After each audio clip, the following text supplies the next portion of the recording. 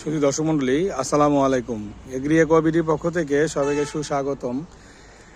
ভিডিওতে আপনারা যে গাছটি দেখতে পাচ্ছেন এর নাম হচ্ছে ফিলিপাইন হুইস্টেরিয়া। এটি একটি হুইস্টেরিয়া গাছের জাতি, এটাকে বেশিরভাগ ক্ষেত্রে বলে থাকে ফিলিপাইন হুইস্টেরিয়া। আপনারা দেখুন, গাছে কোনো পাতা নেই, শুধু ফুল আর ফুল। এটি একটি কলমের গাছ এবং এই সিজনে গাছে প্রচুর ফুল আসে এবং গাছে তখন পাতা থাকে না বললেই চলে।